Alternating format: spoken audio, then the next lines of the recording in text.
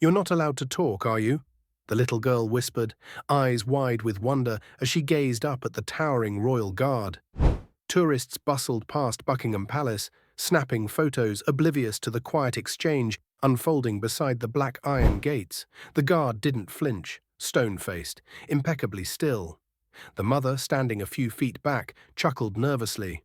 "Come on, sweetie, let's not bother him, okay?" But the girl held her ground, her voice as innocent as a lullaby. "I just wanted to say thank you for being brave." Her tiny hand reached out, clutching a crumpled paper heart she'd made that morning with glitter glue and crooked scissors. The mother froze. She hadn't told anyone, not even her daughter, that her husband, the girl's father, had served in Afghanistan. That he'd stood guard once too, years ago, that he never made it back. The royal guard didn't move. Tourists kept walking. Phones clicked. It was as if nothing had happened. The little girl's shoulders slumped, disappointment washing over her like rain. "It's okay," she said softly. "You probably miss your daddy too." A flicker. The crowd didn't see it, but the mother did. A barely perceptible tremor in the guard's jaw. He blinked. Once. Then slowly, against every rule, breaking decades of tradition, the guard turned his head and looked directly at the girl. Gasps rippled through the onlookers like wind in a wheat field. Cameras lowered. Whispers filled the air. The guard's lips parted. "What's your name, soldier?" he asked, voice thick but steady. The little girl lit up. "Mia." "Well, Private Mia," he said, bending just slightly at the waist. "That's the bravest thing I've heard all day." The mother's hand flew to her mouth. She wasn't expecting this. No one was. Her knees buckled and she dropped to a crouch, her chest heaving with silent sobs as she tried to make sense of what was happening. "I used to stand here thinking silence was strength," the guard continued, his voice now clearly audible to the stunned onlookers. "But sometimes it takes more courage to speak." He knelt before Mia. The paper heart trembled in her hands as she offered it to him. He accepted it with gloved fingers, pressing it gently to his chest. Then he stood, straighter than before, the weight of war and memory and dignity carved into every muscle. "Who taught you to be so brave, Mia?" She smiled. "My daddy. He was a soldier too.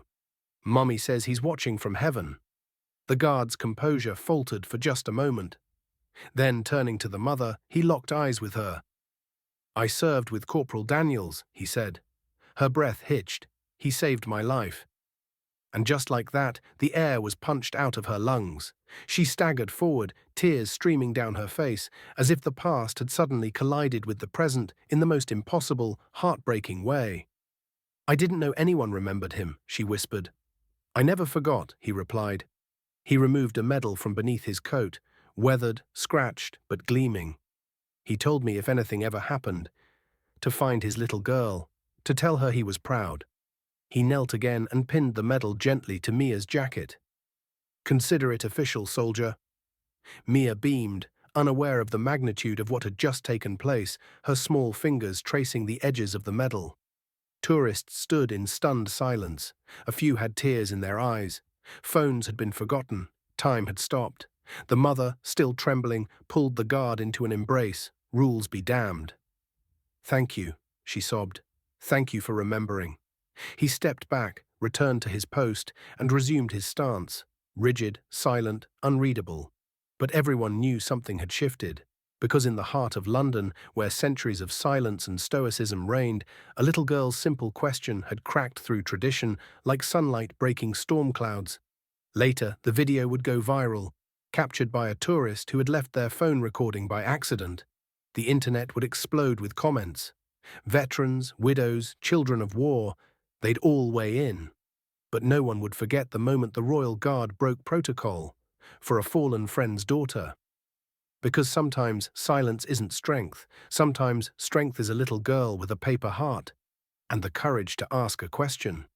If this story touched you, subscribe the channel and hit that like button and drop a karma in the comments below.